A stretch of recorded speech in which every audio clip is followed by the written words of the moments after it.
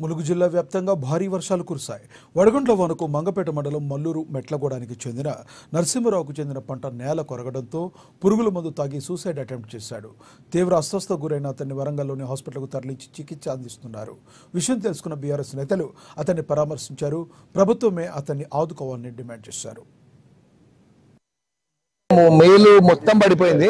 యాలం నరసింహరావు ఈ ప్రకృతి విపత్తితోటి జరిగిన నష్టాన్ని దాదాపు 15 ఎకరాలు కౌలు, 5 ఎకరాలు తన సొంతం భూమిలో వేసుకున్న వరి పంట మొన్న 7వ తారీఖు వచ్చిన వడగండ్ల వానకి పూర్తిగా దెబ్బతినడం వల్ల రైతు గుండె పలిగి ఆత్మహత్య యత్నం చేసుకొని ఈరోజు హాస్పిటల్ పాలైండు.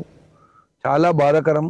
ఆ భగవంతుణ్ణి ప్రార్థిస్తున్నాం. బీఆర్ఎస్ పార్టీ ములుగు జిల్లా తరఫున తను సంపూర్ణ ఆరోగ్యంతో తిరిగి రావాలి. అలాగే నరసింహారావు లాంటి ఎంతోమంది రైతులు చాలా కష్టాలలో ఉన్నారు. ఇప్పుడు వాళ్ళందరికీ ప్రభుత్వము చాలా ఉదారంగా ఆదుకోవాలి. వాళ్ళ కష్టాలని బడుగు బలహీన వర్గాల అభివృద్ధికి బాటలు వేసిన మహానేత